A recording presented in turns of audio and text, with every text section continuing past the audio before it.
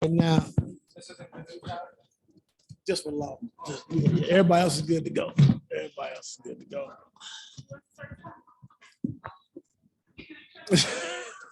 Here we go. All right, so Norm back, right? Yes, And who's starting tonight? same starters. Same starters? Yes, sir. What do you expect from, first, I guess, what did you see from Norm yesterday that is encouraging, and what do you kind of expect from them tonight besides, the usual minute restriction?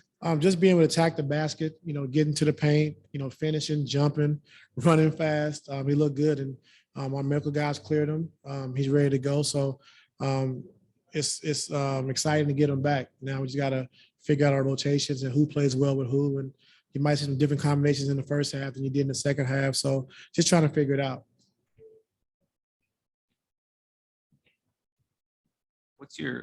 Have you had, since Norm's been practicing maybe just yesterday, but before that, like how much time have you had to look at him and PG together, how they play off each other? Because Zero. Rocco and PG look good together because Rocco doesn't need the ball all the time. Right. How's that interplay going to work when those two guys are together? Yeah, we have zero time, but it's something we got to figure out tonight. Norm's not starting, but he might start in the second half. Just kind of get a feel for him and PG playing together and how they play off of each other. So there's some things we got 3 games left to try to figure out rotations and combinations. So I'm excited to get to it. Ty, are there certain lineups or lineup combinations that you feel comfortable unleashing like in the playing tournament, but not showing too much in the regular season? I don't know. I don't want to name any names. Yeah, I had a dream today about some combinations, but we haven't done it. So I don't know. We'll see. Yeah, I did. Yeah, taking my nap today. Yeah, I did. But I don't know if it'll work. Is it a couple combination of guys in that dream? Just one? We'll see. We'll see. What have you seen from Norm over the last week that led you to believe? I mean, obviously, the medical staff made the final decision, but led you to believe that okay, he can come back with a few games left and get something in there? Just the way he was moving.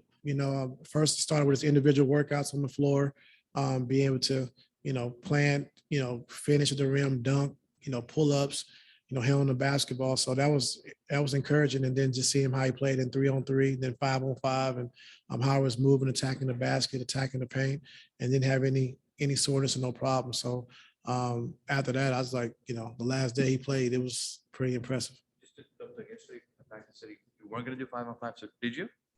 The day before when Day they played, when they Gotcha. played 5-on-5. Gotcha. Thank you.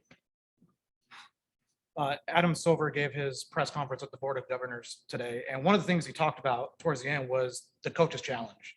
And I'm kind of want to get your idea on it, where he was talking about how they might have changes in the offseason where if a coach wins the challenge, they could be able to keep their challenge rather than losing it. Do you have any thoughts on that? What would your preference be?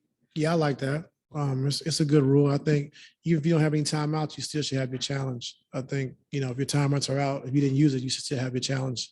So I don't know. We'll see. Is there anything else about the challenge rule that you would like to see implemented? Because they changed it this past offseason where referees now can't review in the last 2 minutes for out of bounds if you get the challenge. I don't know what your thoughts on that would be. I don't know. I'm not smart enough.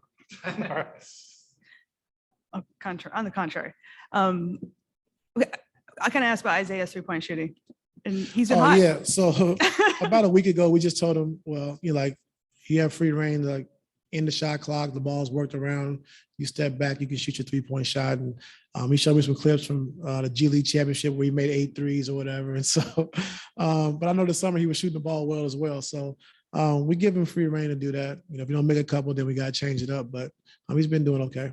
So you have confidence when you see him. Yes.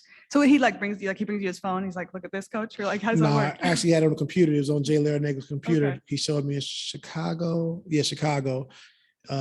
He was showing me how he had 8 threes. I said 7. He said, no, I had 8. So he corrected me on that. So It's very yeah, but he's been doing a good job with it. right on. And then how often do you come up with game plans or things or combinations while you're napping or No, I didn't come up with it. It just came to me. Okay. So I might try to throw it out there So, like, tonight. We'll see. We'll see Okay, how it but is that looks. something that happens to you a lot? Like you wake up, you got an Yeah, I idea? can't sleep, especially going into the playoffs. A lot of stuff going through my mind and head and stuff. So it's a tough time for my sleep. That's why I got on law earlier.